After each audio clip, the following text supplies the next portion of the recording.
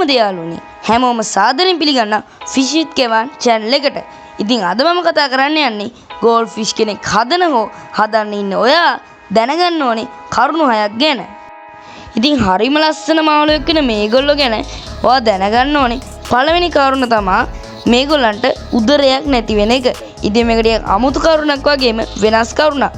ඉතින් ගොඩක් මාළුන්ට උදරයක් තිබුණත් ගෝල් ෆිෂ්ට උදරයක් නැහැ.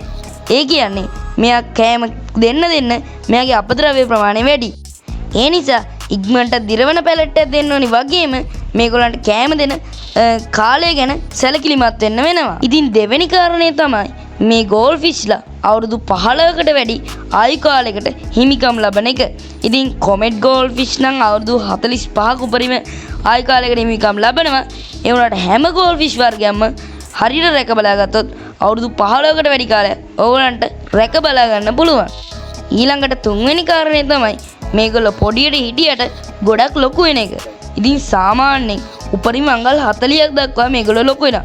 ඉතින් අවුරුදු 45ක් විතර ඉන්න කොමෙට් ගෝල් ෆිෂ් කෙනෙක් කොහොමත් මේ සයිස් එකට ලොකු වෙනවා. ඊළඟට හතරවෙනි කරුණ තමයි මේගොල්ලෝ විවිධ වර්ග සහ විවිධ වර්ණ රටා තියෙන මාළු සිටීම. ඉතින් ගොඩාක් ගෝල් ෆිෂ් වර්ග ඉන්නවා.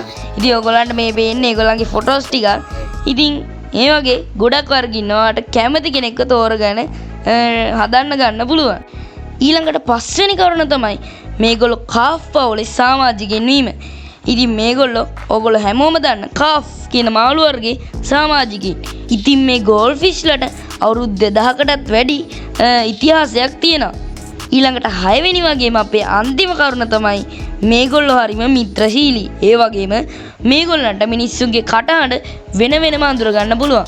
ඒ කියන්නේ මෙයා කියලා වෙනම අඳුර ගන්න පුළුවන් වගේම අපේ තියෙන මූණේ තියෙන ඉරියව් වලනුත් මේගොල්ලන්ට අපි වෙන වෙනම හඳුන ගන්න පුළුවන්. ඉතින් මේ කරුණයි තමයි ගෝල් ෆිෂ්ලා ගැන කියන්න තියෙන්නේ. ඉතින් තාමත් channel එක subscribe කරලා නැත්නම් දැන්ම subscribe කරන්න. එහෙනම් තවත් වීඩියෝ එකකින් හම්බෙමු.